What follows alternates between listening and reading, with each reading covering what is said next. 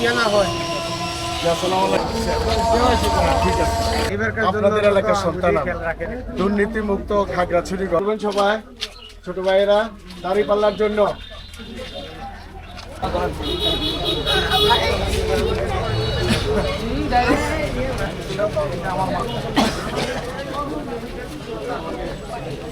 করি আমার 298 নং নির্বাচনী আসনে এই অঞ্চলের সকল মানুষ আগামী দিনে দাঁড়িপাল্লাকে ভোট দিবে।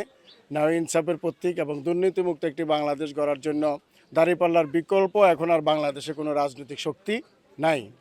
এর জন্য পাশাপাশি আমি মাটিরাঙ্গার সন্তান হিসাবে মাটিরাঙ্গা উপজেলার সর্বস্তরের জনগণকে আমি শুভেচ্ছা জানাই এবং আমি আশাবাদী মাটিরাঙ্গা উপজেলার সর্বস্তরের জনগণ দাঁড়িপাল্লার যে জোয়ার তৈরি হয়েছে ব্যবসায়ী সুধীমহল আমাদের যুবক ভাইয়েরা মহিলাদের মাঝে এবং মাটিরাঙ্গাতে আমি জন্মগ্রহণ করেছি।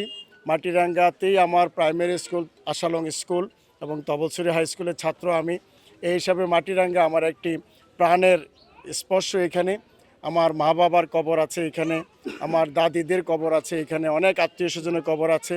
অত্যন্ত প্রিয় মাতৃভূমি হলো আমার মাটিরাঙ্গা এবং খাগড়াছড়ি জেলা।